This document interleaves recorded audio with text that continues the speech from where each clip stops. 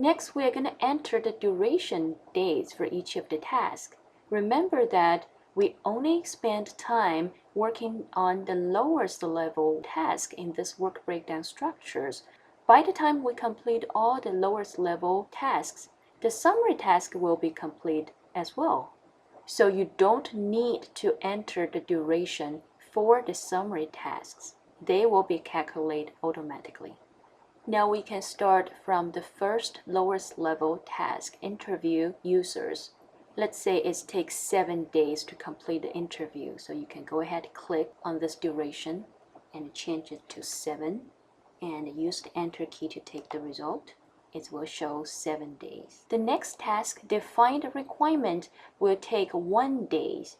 By default, each of the newly entered tasks is already show 1 day question mark. Be very careful that even your task is just take 1 day, you need to specifically click into it and enter 1 day to remove the question mark, because the question mark show unsure information.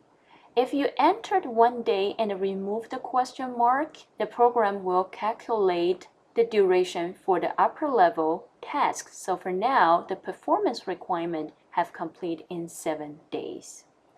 However, if you leave any of the tasks as 1 day question mark duration, then the upper level tasks may not be calculated correctly.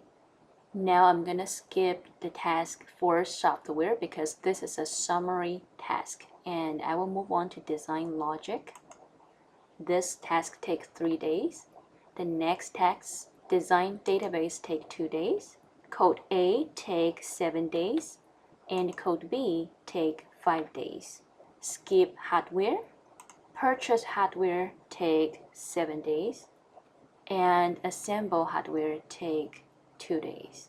Skip prototype because that's another summary task. Integrate software and hardware take 3 days, and test take 1 more day.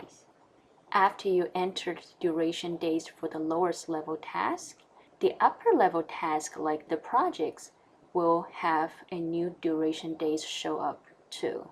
And you will also notice that although all the tasks are still starting on the first day of the project, the finish dates of them has changed based on the duration of each of the tasks.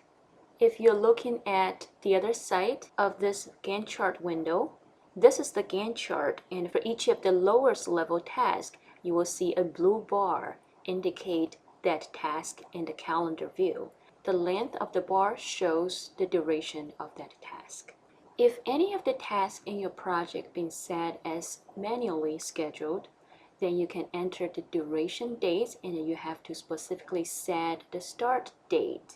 The finish date will first be calculated based on the starting date and the duration, but again, if you want to manually set it to be finished on certain dates, you can do that.